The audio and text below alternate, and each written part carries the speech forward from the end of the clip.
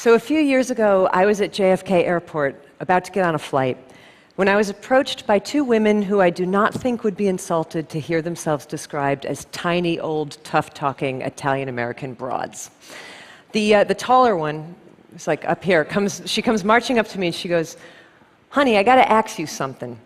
You got something to do with that whole eat, pray, love thing that's been going on lately?" And I said, "Yes, I did." And she smacks her friend and she goes, "See, I told you, I said, that's that girl. That's that girl who wrote that book based on that movie." So that's who I am. And believe me, I'm extremely grateful to be that person, because that whole eat, pray, love thing was a huge break for me. But it also left me in a really tricky position moving forward as an author, trying to figure out how in the world I was ever going to write a book again that would ever please anybody. Because I knew well in advance that all of those people who had adored Eat, Pray, Love were going to be incredibly disappointed in whatever I wrote next, because it wasn't going to be Eat, Pray, Love. And all of those people who had hated Eat, Pray, Love were going to be incredibly disappointed in whatever I wrote next, because it would provide evidence that I still lived. So I knew that I had no way to win, and knowing that I had no way to win made me seriously consider for a while just quitting the game and moving to the country to raise corgis. But if I had done that, if I had given up writing, I would have lost my beloved vocation. So I knew that the task was that I had to find some way to gin up the inspiration to write the next book, regardless of its inevitable negative outcome. In other words, I had to find a way to make sure that my creativity survived its own success.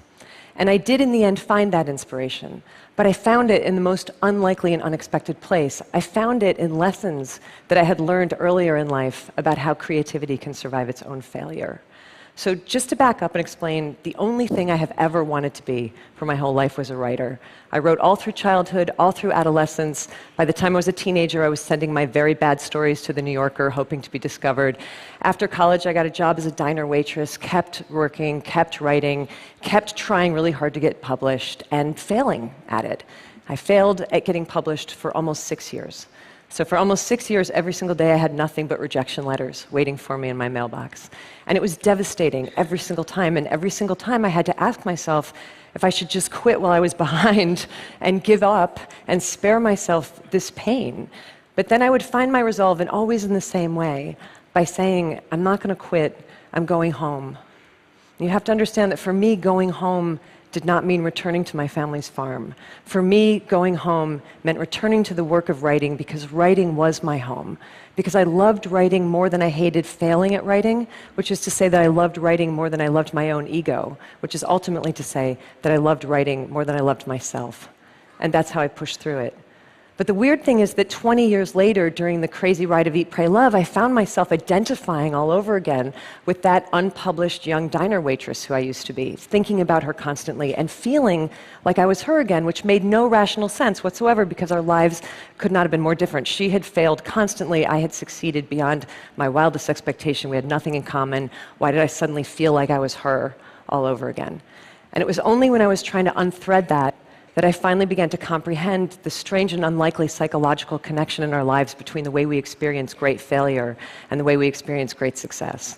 So think of it like this. For most of your life, you live out your existence here in the middle of the chain of human experience, where everything is normal and reassuring and regular.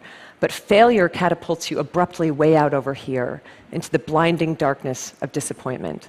Success catapults you just as abruptly, but just as far, way out over here into the equally blinding glare of fame and recognition and praise.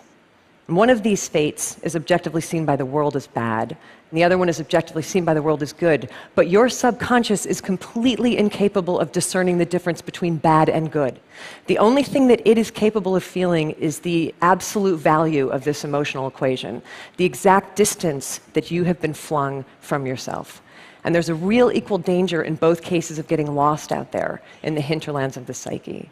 But in both cases, it turns out that there is also the same remedy for self-restoration, and that is that you have got to find your way back home again, as swiftly and smoothly as you can. And if you're wondering what your home is, here's a hint. Your home is whatever in this world you love more than you love yourself. So that might be creativity, might be family, might be invention, adventure, faith, service, might be raising corgis, I don't know, your home is that thing to which you can dedicate your energies with such singular devotion that the ultimate results become inconsequential. For me, that home has always been writing. So after the weird, disorienting success that I went through with Eat, Pray, Love, I realized that all I had to do was exactly the same thing that I used to have to do all the time when I was an equally disoriented failure. I had to get my ass back to work. And that's what I did. And that's how, in 2010, I was able to publish the dreaded follow-up to Eat, Pray, Love. And you know what happened with that book? It bombed. And I was fine. Actually, I kind of felt bulletproof, because I knew that I had broken the spell, and I had found my way back home to writing for the sheer devotion of it. And I stayed in my home of writing after that, and I wrote another book that just came out last year, and that one was really beautifully received, which is very nice, but not my point. My point is that I'm writing another one now, and I'll write another book after that, and another, and another, and another, and many of them will fail, and some of them might succeed, but I will always be safe from the random hurricanes of outcome, as long as I never forget where I rightfully live. Look, I don't know where you rightfully live, but I know that there's something in this world that you love more than you love yourself. Something worthy, by the way. So addiction and infatuation don't count, because we all know that those are not safe places to live, right? The only trick is that you've got to identify the best, worthiest thing that you love most, and then build your house right on top of it, and don't budge from it. And if you should someday, somehow, get vaulted out of your home by either great failure or great success, then your job is to fight your way back to that home the only way that it has ever been done, by putting your head down and performing with diligence and devotion and respect and reverence whatever the task is that love is calling forth from you next. You just do that and keep doing that again and again and again, and I can absolutely promise you from long personal experience in every direction, I can assure you that it's all going to be okay. Thank you. Thank you.